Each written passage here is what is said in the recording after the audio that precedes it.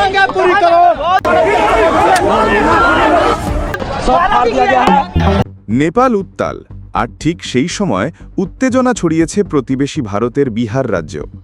এক ঝাঁক চাকরি প্রত্যাশী রাস্তায় নেমে শহরকে প্রায় অচল করে দিয়েছে। জানা গেছে, চতুর্থ দফার শিক্ষক নিয়োগ পরীক্ষা ঘিরে তীব্র উত্তেজনা দেখা দিয়েছে। মঙ্গলবার শূন্য পদের সংখ্যা ব্যাপকভাবে কমিয়ে দেওয়ার প্রতিবাদে হাজারো চাকরি প্রত্যাশী আন্দোলনে নেমেছেন। সকাল থেকে প্রায় ৩,০০০ মানুষ পার্ক ও কলেজ প্রাঙ্গণে জমায়েত হয়ে মুখ্যমন্ত্রী নীতিশ কুমারের বাসভবনের দিকে মিছিল শুরু করেন। কেতন মার্কেট, বকরগঞ্জ, গান্ধী ময়দান, জেপি, গোলামবার থেকে ডাকবাংলো স্কোয়ার পর্যন্ত এই মিছিল চলায় রাজধানীর বিভিন্ন এলাকা কার্যত স্থবির হয়ে পড়ে। চাকরি প্রত্যাশীরা স্লোগান দিয়ে দাবি করছেন, সরকারের পূর্ব প্রতিশ্রুতি অনুযায়ী আগামী 15ই সেপ্টেম্বরের মধ্যে 1,20,000 শিক্ষকের নিয়োগ বিজ্ঞপ্তি দিতে হবে। তবে অভিযোগ, সরকার প্রতিশ্রুতি থেকে সরে এসেছে। গত 5ই সেপ্টেম্বর শিক্ষামন্ত্রী সুনীল কুমার ঘোষণা দেন, এই দফায় মাত্র 26,000-এর কিছু বেশি পদে শিক্ষক নিয়োগ দেওয়া হবে। দীর্ঘদিন ধরে চাকরির প্রস্তুতি নেওয়া প্রার্থীদের মধ্যে এই ঘোষণা ক্রমেই ক্ষোভ ঝরিয়েছে।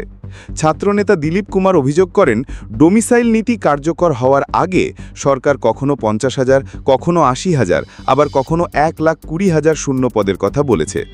অথচ নীতি চালু হওয়ার পর তা কমিয়ে মাত্র 27,900-এ নামিয়ে আনা হয়েছে। এটি বিহারের তরুণদের সঙ্গে বিশ্বাসঘাতকতা।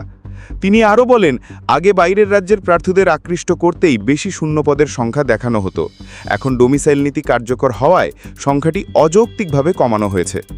মুখ্যমন্ত্রী নীতিশ কুমার ও উপমুখ্যমন্ত্রী সম্রাট চৌধুরী এর আগে একাধিকবার প্রকাশ্যে 1,20,000 শিক্ষক নিয়োগের আশ্বাস দিয়েছিলেন।